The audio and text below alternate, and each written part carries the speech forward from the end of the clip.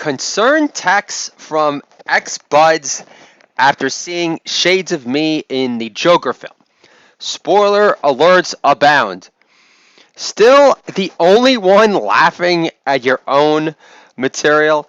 You weren't beaten up at sleepaway camp in Kent, Connecticut for faking your ankle sprain to get out of running suicide drills. So what's your excuse?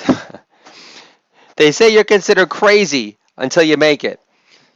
So how crazy does it make you feel knowing Pete Davidson can buy and sell you daily when he's your 20-year junior?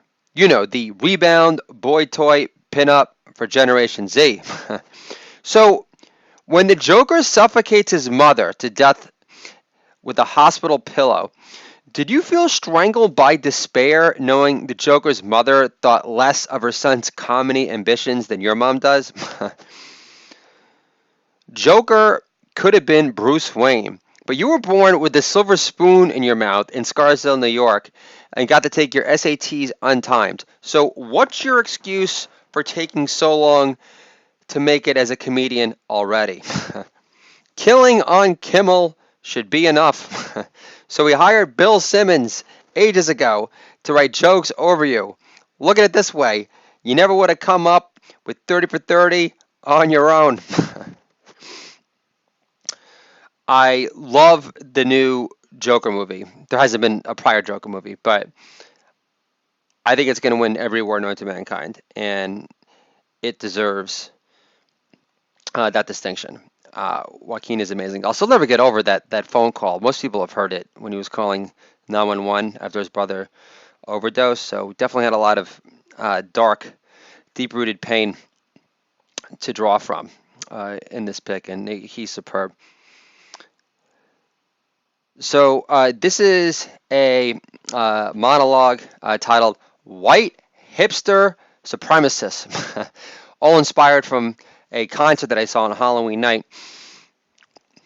After my kids were rained up for Halloween, there's this cover band called Dark Star Orchestra, and I saw them at the Capitol Theater.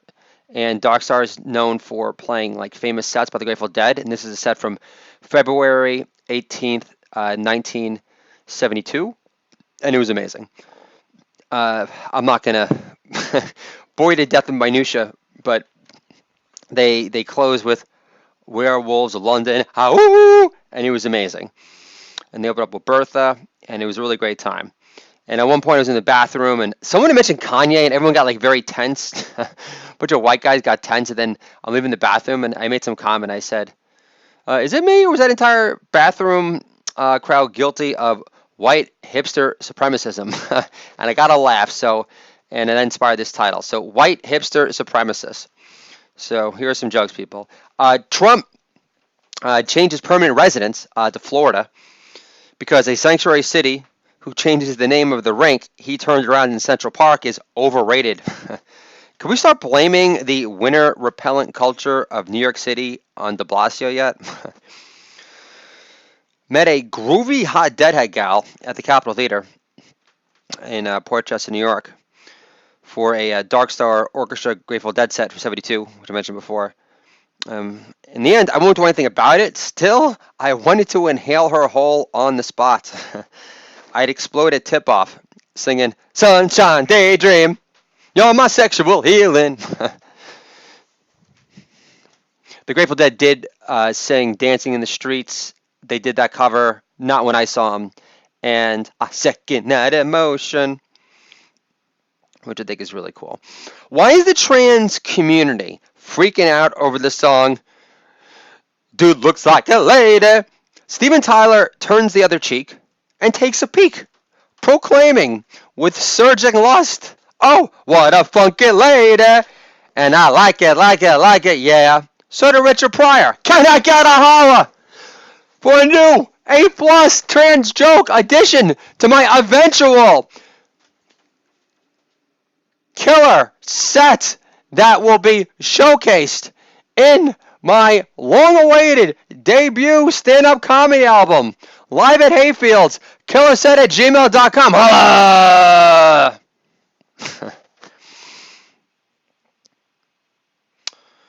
I take a lot of pride in my email addresses. So if you guys want to send any fan mail my way, killerset at Gmail. I don't killerset at gmail.com. It's still live and active. So feel free to send warm words of praise my way. Trevor Noah on Sean Spicer's conservative support from Breitbart on Dancing with Stars. He obviously can't dance. Why must conservatives ruin Howard Stern's favorite show with Beth over turkey burgers? At least Jeff Ross didn't take himself so seriously. Trevor Noah, failing to show any comedic killer instincts. So, how did you get away with killing Epstein? This is when he was interviewing Hillary Hammertime Chemicals. So, how did you get away with killing Epstein? Crowd laughs. Then, Trevor Noah fails to say, but I'm sure your husband's 37 documented trips on the Lolita Express were mere money grabs for the Clinton Foundation. And that, out of all the times on Lolita Express, the only thing Bubba was grabbing for was for more carrot dips into your kimchi aioli. Deadspin writers are on strike because they were told to stick to sports. At this rate, their newsroom will be emptier than Mile High Stadium any given Sunday, since Trump built a new wall around it to keep out resistor scum who suck off Dan Le Batard. This is Nancy Denture Breath Pelosi on Colbert. I prayed for America after hearing Trump's call with the Prime Minister of Ukraine. He used to be a comedian like you, Stephen. You should hire Bill O'Reilly to do man-on-the-street interviews since Fox fired him for what Letterman did. Pelosi on Colbert again. I prayed for America after hearing Trump's call with the Prime Minister of the Ukraine. He used to be a comedian like you, Steve, but you have greater service downplaying the DNC's ties to pedal power players at large. Howdy doody in Armani. Impeach Trump over what? Highlighting what a druggy, fuck-up, degenerate son Hunter is compared to Eric and Don Jr. On 60 Minutes, Hunter was twitchier than Hillary before a bottle of cake bread cellar shard to neutralize her recurrent shakes. Impeach Trump over what? Threatening to withhold military aid to the Ukraine, despite him previously approving the sales of arms to defend themselves better against Russian aggression. You want to impeach Trump over what again? Calling Hunter Biden stupid? Questioning why Hunter got $52,000 a week for a job he thought was for a Ukrainian sports energy company? Pushing borscht as the new kombucha? Can I get a holla for A+ clean material? You know we can hear from Dennis Miller. Holla! Goosebumps? That was Chris Wallace's reaction to Pelosi pushing forward with their attempt to remove Trump, who makes Obama look like a slacker who blew his fantasy football draft pick on the ISIS headhunters for starters before Netflix got his back. Michelle Obama sounding dumber than usual. Many people around the world consider Obama their president. Then why does Obama's Kenyan brother claim he's not my president, adding Kenyans don't want his face on their money? He's so not money, and we all know it. Chris Matthews insists Obama's perfect legacy drives his critics crazy. Spying on the Trump campaign in Trump Tower based on a dossier financed by Hillary detailing Russian hookers and golden showers gave me that impression also, Chris. Was the use of German hookers too much in the nose, Chris? Can I get a holla for golden shower jokes that never lose their legs? Holla! I love how jealous the op-ed writer in the New York Post is about Chelsea Clinton's $10 million townhouse in Union Square that her parents paid for. This is my impersonation of the jealous op-ed writer. while referencing Chelsea. Chelsea hasn't accomplished anything. She's nothing but a whitewashing prop to get Hillary out of the house into her asexual druid uniforms on the Daily Show. Really hope I'm not sounding too low energy today, folks. I don't know if the weather is playing a factor, but I'm sounding a little bit too mellow for my taste. This is my impersonation of Bill Maher interviewing Ronan Farrow. With Harvey Weinstein still free, Kaz still claiming innocence, do you feel all the awards showered on you will be relegated as mere participation trophies within the annals of history? This is the Do It All Dad Year podcast, dad-friendly entertainment for you and me. Controlling our kids with comedy can make our kids great again. Do It All Dad Does Jokes, available on Amazon. Jokes you won't hear on Kimmel. It's an amazing book. Will make a great Hanukkah gift. And if you just want to, piss off all of your resistor friends, you should buy that book. And who knows? Maybe you'll convert some onto the Trumpian train in the process. Consider it a mitzvah. And I just want to announce the fact that I will be recording audio versions, because I understand most people don't have time to read books. I will be doing an audio version for Do It All Dad Does Jokes, as well as Control My Kids, a Comedy, a Love Story. My game plan is to have those audio versions done by the end of November, so you will have primo gifts to give loved ones or the people that you just can't stand in your life anymore for Hanukkah or Christmas. You're welcome! This is Sheryl Sandberg on political ads with Katie Couric. Political ads only represent 1% of our revenue. Katie Couric snaps back with, fine, care to comment on how digital currency hides pedo trails on the dark web with greater efficiency, bitch? This is the Do It All Dad Year podcast. Dad-friendly entertainment for you and me. Controlling our kids with comedy can make our kids great again. And I want to do one more impersonation of Sheryl Sandberg. Maybe two. Again, this is Sheryl Sandberg on political ads with Katie Couric. We don't think the Russians are interfering with our elections. We do think Diamond and Silk are too Southern sassy sharp for Tom Arnold to handle in a sparring of wits. Again, this is Sheryl Sandberg on political ads with Katie Couric. We don't fact-check political ads, Katie. We just make it uncomfortable for paid-off Trump supporter actors to defend their integrity. Baby boomers hate how much the Trump kids have their shit together compared to their degenerate, drug-addled ones that we enable forevermore. Have a wonderful Sunday evening. Give your loved ones extra close hugs. Get extra loosey-goosey for story time tonight, Do It All Dads. And by the way, thank God, I heard that recording of the Garden, the Mecca, when Trump attended that MMA fight, and that's the war that I love.